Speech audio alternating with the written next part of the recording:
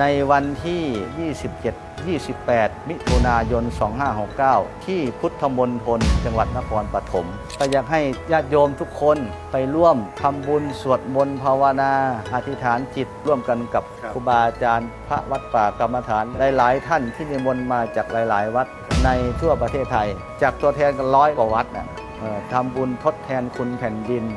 ก็พูดง่ายๆคือทำบุญอุทิศบุญให้กับบรรพบุรุษของคนไทยเราไม่ว่าจะเป็นบรรพบุรุษพวกเราหรือว่าบูรพกษัตริย์ทั้งหลายที่ท่านได้กอบกู้รักษาชาติบ้านเมืองมาให้เราจนถึงปัจจุบันนี้งานเริ่มตอนเย็นวันที่ 27 มิถุนายนก็ต่อเนื่องมาในการสวดมนต์ภาวนาฟังธรรมจากครูบาอาจารย์หลายๆท่านที่นิมนต์มาในงานแล้วก็จนถึงเช้าต่อมาวันที่ 28 ก็มีการทำบุญตักบาตรครูบากล้วยก็จะไปด้วย ร่วมด้วยไปด้วยเพราะได้เป็นหนึ่งในกรรมการที่ไปร่วมในการดูแลครูบาอาจารย์ด้วยในนี้ในงานนี้จึงขอเชิญท่านทั้งหลายให้ไปร่วมกันให้มากที่สุดเท่าที่จะมากได้เพื่อแสดงออกถึงพลังแผ่นดินในการทดแทนคุณแผ่นดินในครั้งนี้อนุโมทนาได้เด้อ